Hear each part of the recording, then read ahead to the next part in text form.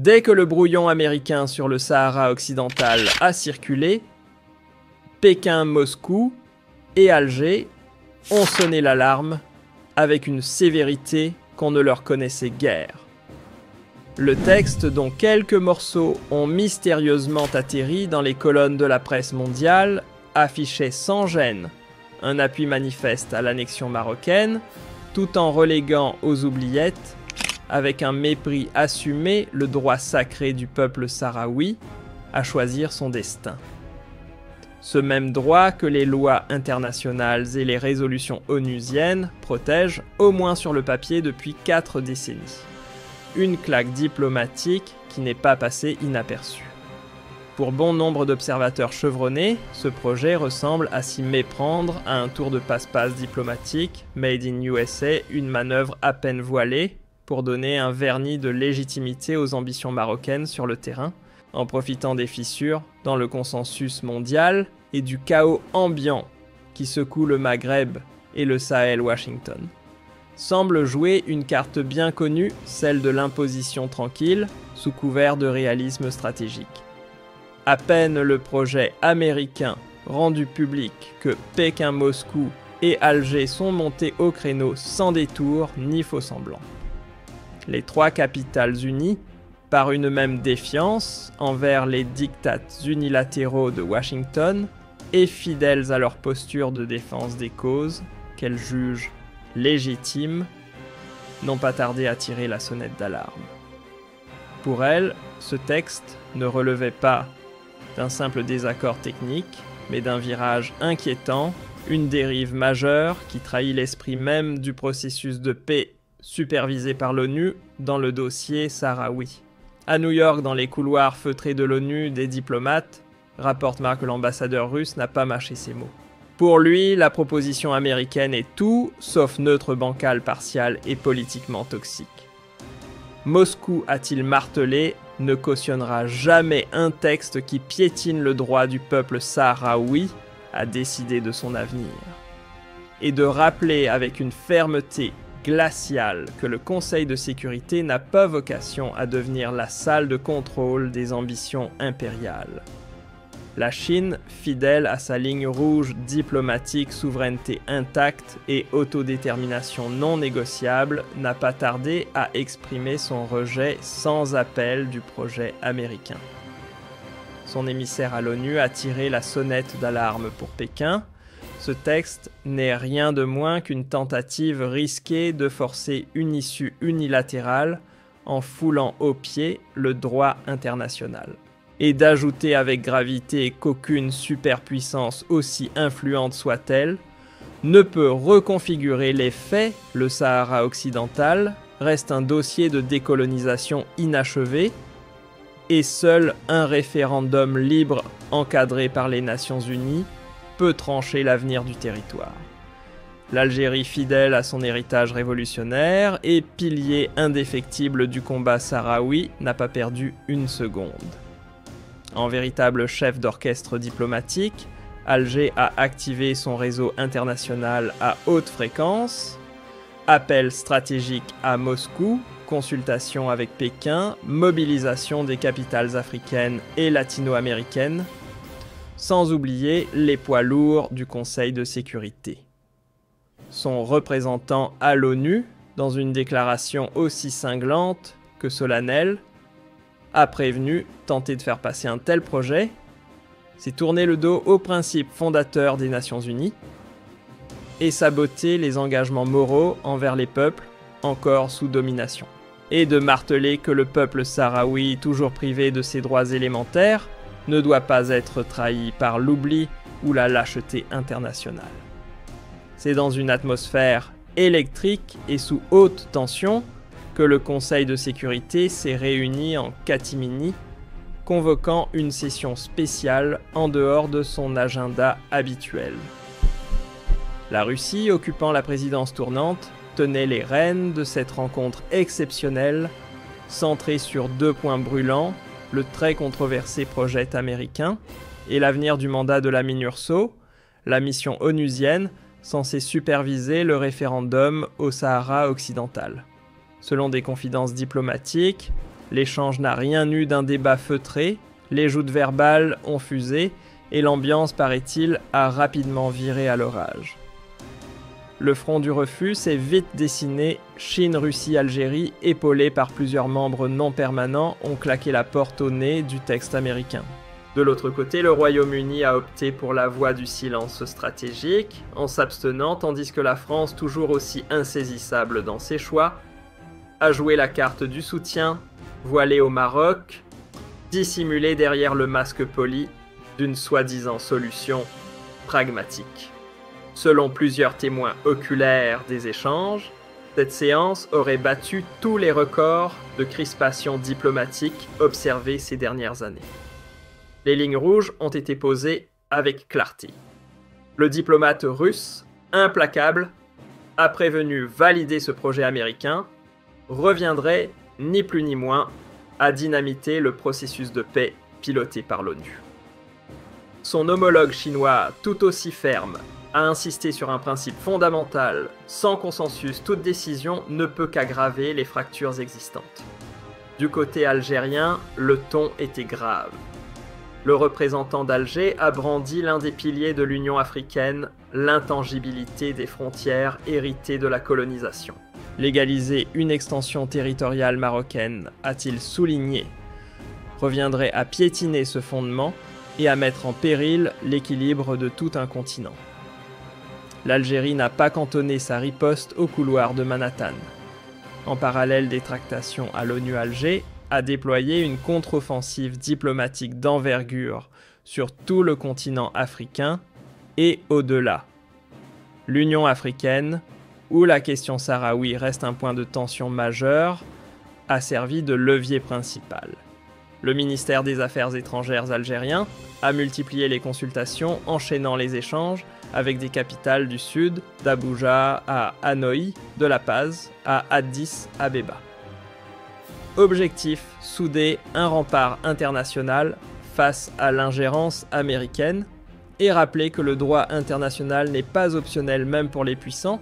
D'après plusieurs médias russes et chinois, Moscou et Pékin n'ont pas tardé à faire passer un message limpide à Washington.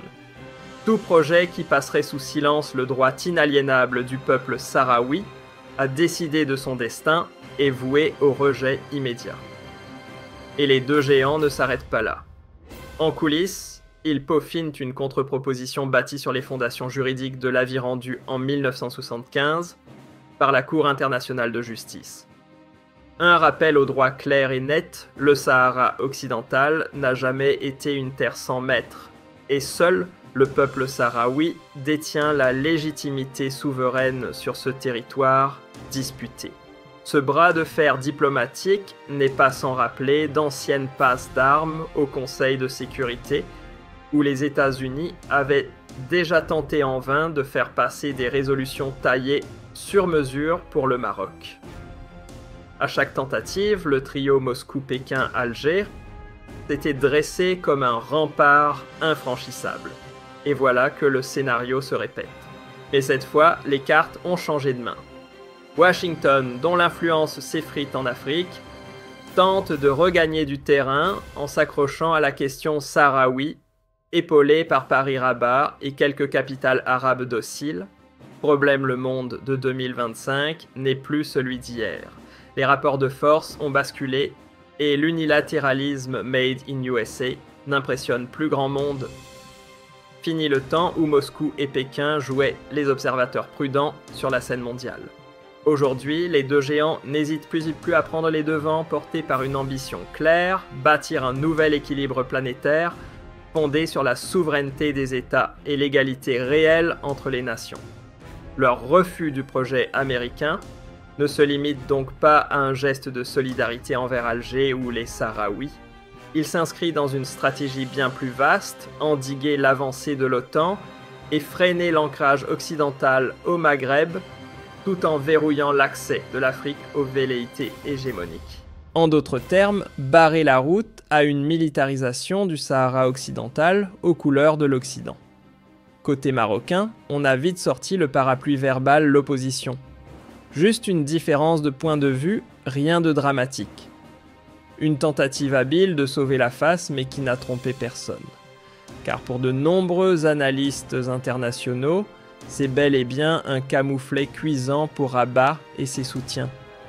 Un précédent inédit s'est même produit, jamais un projet porté par Washington n'avait été retiré avant d'arriver au vote.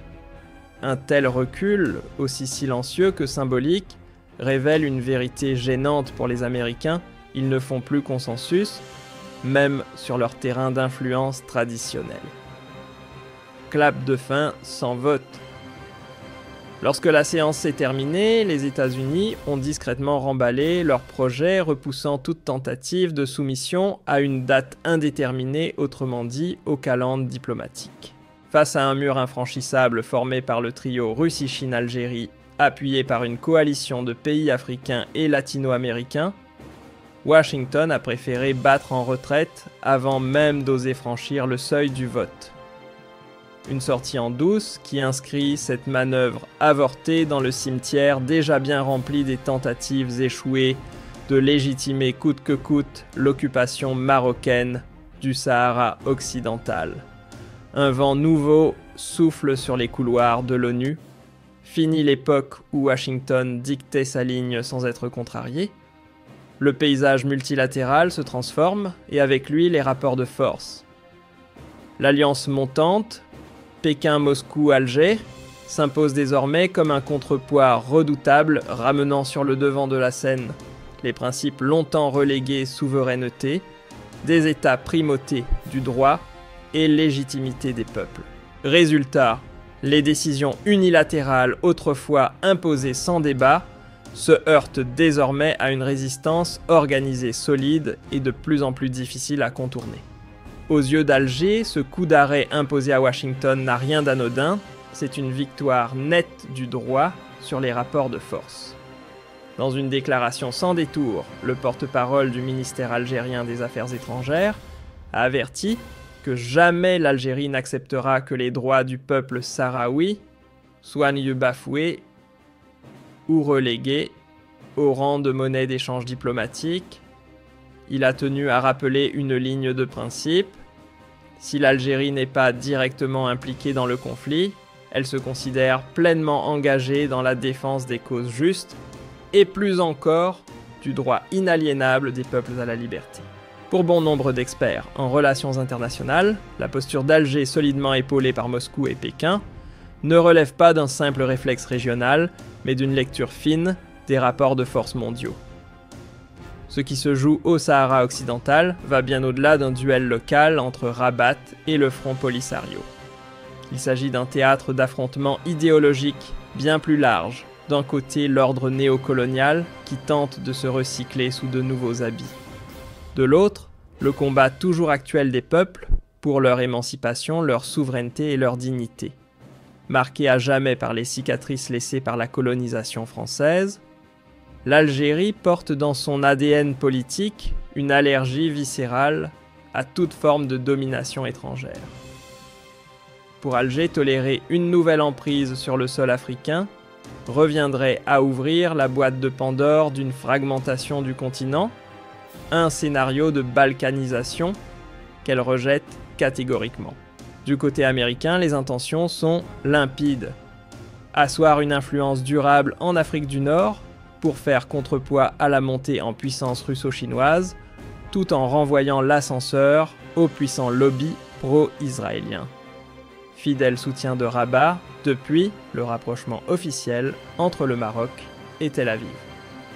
En s'opposant frontalement à la normalisation entre Rabat et Tel Aviv, l'Algérie s'est retrouvée propulsée au centre d'un jeu d'échecs géopolitique planétaire. Tandis que les grandes puissances échangent des communiqués et peaufinent des résolutions dans les salons feutrés des capitales, c'est le peuple sahraoui qui lui paie chaque jour le prix de l'inaction internationale.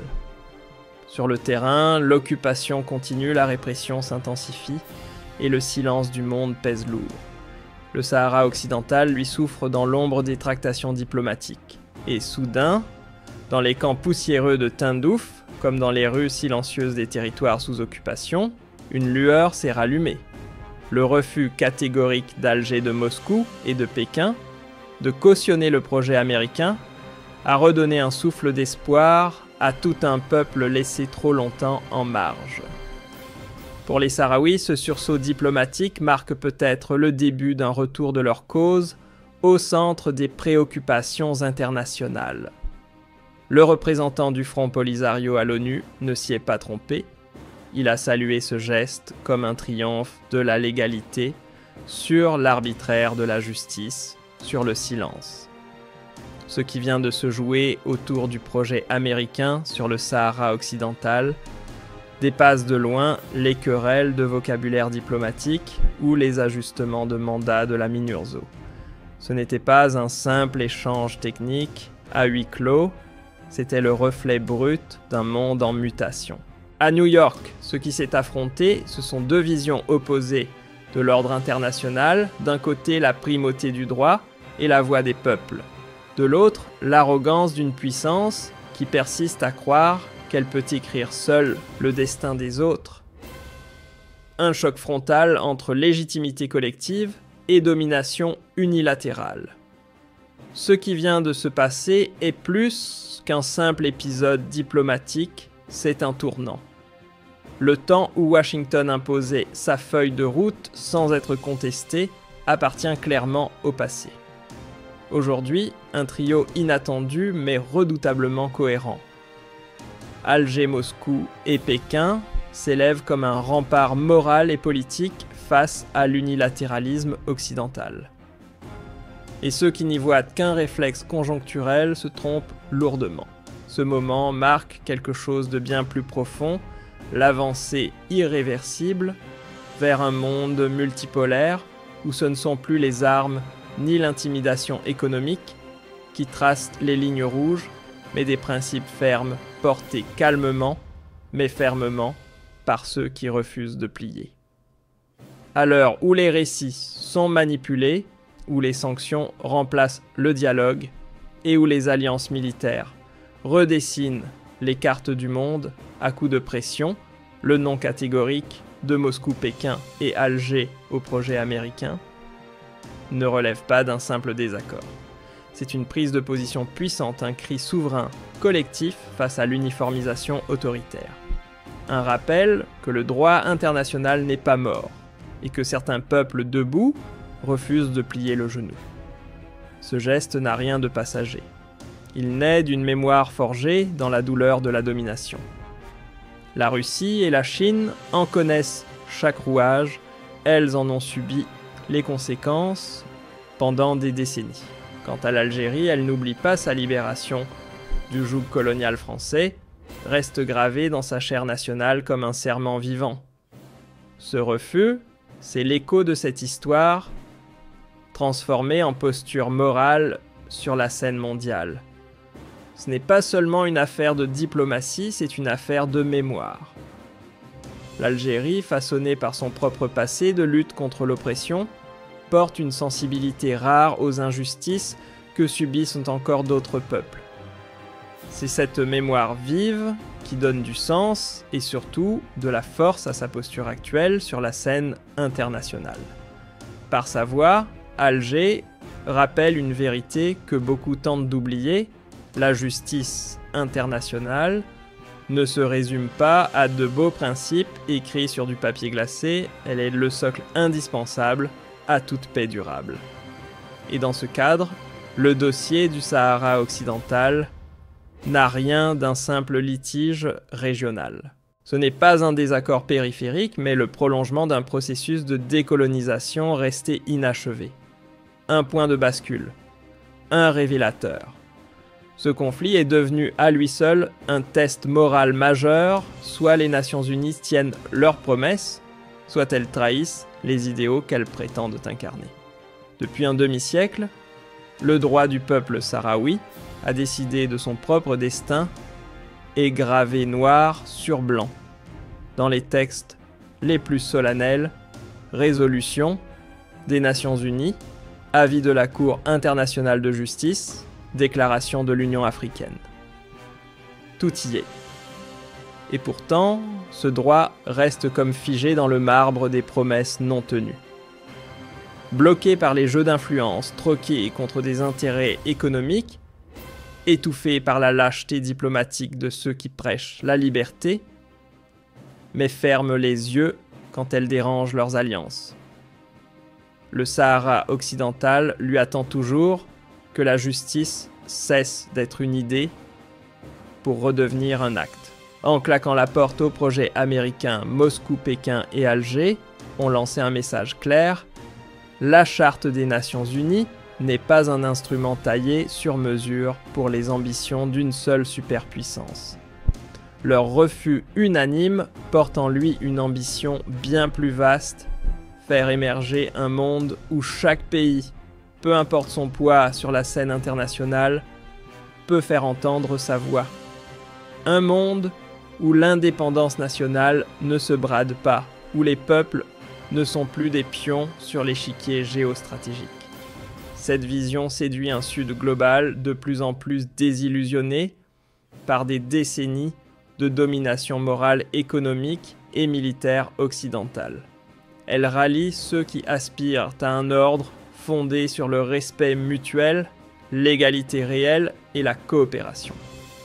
Dans ce nouvel élan mondial, le rôle de l'Algérie brille d'un éclat singulier.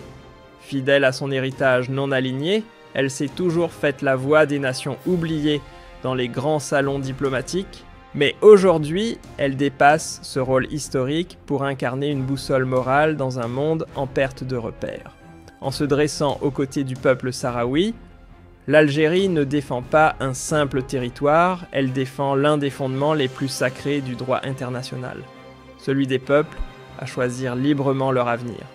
En refusant l'engrenage des blocs, elle affirme la liberté des États. En préférant le dialogue aux confrontations stériles, elle tend la main à la paix. Ce n'est plus un simple affrontement régional. Ce que l'Algérie incarne s'inscrit dans une contestation mondiale d'un ordre ancien, d'un système vertical que les peuples du Sud ne veulent plus subir. De Dakar à Hanoï, de La Paz à Jakarta, un même frisson parcourt les peuples, celui du réveil, celui d'une mémoire trop longtemps ensevelie sous les décombres du néocolonialisme. Ce que certains présentent comme un simple revers diplomatique pour Washington est, bien plus que cela, c'est un coup de projecteur sur une dignité que l'on croyait éteinte, un sursaut contre l'amnésie organisée, un cri de justice lancé contre les vieux réflexes impériaux. Ce refus, c'est un symbole. Il dit au monde que les chaînes invisibles de l'hégémonie ne tiennent plus, que l'indépendance n'est pas un mot poussiéreux dans les livres d'histoire, mais une exigence brûlante portée par des peuples qui refusent d'en décourber l'échine. Ce qui se trame ici va bien au-delà d'un simple dossier diplomatique, c'est le sens même de l'ONU qui est remis sur la table. L'organisation censée incarner l'équilibre mondial ne pourra regagner sa légitimité qu'en rompant avec le réflexe d'obéissance aux volontés des puissants. Si elle veut redevenir ce qu'elle prétend être une boussole pour la paix, un rempart contre l'injustice, alors elle doit revenir à ses fondamentaux, traiter toutes les nations sur un pied d'égalité, protéger les peuples et défendre sans trembler le droit international. Le dossier du Sahara occidental est bien plus qu'un contentieux territorial, c'est une épreuve de vérité pour l'ONU, un miroir tendu à sa propre conscience. Tant que l'occupation perdure, chaque silence complice et chaque résolution édulcorée ronge l'autorité morale de l'institution. A l'inverse, chaque prise de position ferme, comme celle assumée par Alger-Pékin ou Moscou, redonne des couleurs à la crédibilité onusienne et rappelle que la dignité des peuples ne devrait jamais être sacrifiée sur l'autel des intérêts géopolitiques. Des tentes brûlées par le soleil de Tindouf aux ruelles vibrantes de Bamako, du Caire ou d'Alger, une onde de solidarité traverse les peuples. Ce soutien n'est pas seulement politique, il est viscéral. Car derrière les slogans et les déclarations, il y a une vérité poignante. Ce combat n'est pas celui d'un territoire, mais d'une dignité refusée depuis trop longtemps. Pour les Sahraouis, privés d'une vie normale depuis des décennies, chaque geste de soutien est un rappel qu'ils ne sont ni oubliés ni invisibles, mais bien porteurs d'une cause universelle. Pour les Sahraouis, rejeter le texte américain, ce n'est pas simplement cocher une case dans un agenda diplomatique. C'est un acte de fraternité mondiale, un cri qui dit « Vous n'êtes pas seul ». Et pour la planète tout entière, c'est un électrochoc qui rappelle que la liberté ne s'offre pas en cadeau. Elle s'arrache, elle se protège bec et ongles. D'ailleurs, il serait naïf de voir dans la position algérienne sur le Sahara occidental un simple cas isolé. Non, c'est le reflet d'une boussole géopolitique constante. Que ce soit en Palestine, en Libye, au Mali ou ailleurs, Alger reste fidèle à son ADN, non-ingérence dialogue, avant les armes, et reconnaissance des frontières issues des affres du colonialisme. Dans le grand théâtre de la diplomatie, où les masques tombent et les postures se contredisent, au gré des intérêts, l'Algérie joue une partition rare, celle de la constance. Tandis que certains États naviguent, à vue ajustant leur discours au fil des vents dominants, Alger reste ancrée dans une boussole éthique claire. Elle ne parle pas pour séduire, elle affirme, parce qu'elle y croit, aucune paix réelle ne peut éclore si elle ne germe pas sur un sol de justice. Mais au-delà de la symbolique, ce front commun contre le projet américain marque un tournant dans la dynamique mondiale. Il ne s'agit pas d'une coalition rigide, mais d'un alignement fluide entre trois puissances qui partagent une même lecture du monde. La Russie forte de son bagage diplomatique et militaire, la Chine, pilier économique et institutionnel de l'Est, et l'Algérie, dont l'héritage de lutte anticoloniale lui confère une autorité morale unique en Afrique et en Asie, ce trio, sans l'étiquette officielle d'alliance, incarne une alternative sérieuse au monopole occidental. À trois, ils ne se contentent plus de participer au concert des nations, ils réécrivent la partition. La Russie, la Chine et l'Algérie ne veulent plus être des figurants dans un scénario rédigé à l'avance par d'autres. Leur coopération redessine la scène géopolitique mondiale où les voix longtemps reléguées aux coulisses, celles du Sud global, prennent désormais le micro. Ce trio dérange l'ordre ancien, celui où les décisions cruciales se prenaient dans des salons feutrés entre puissances occidentales, à l'abri des regards et loin des réalités vécues. Aujourd'hui, le décor a changé.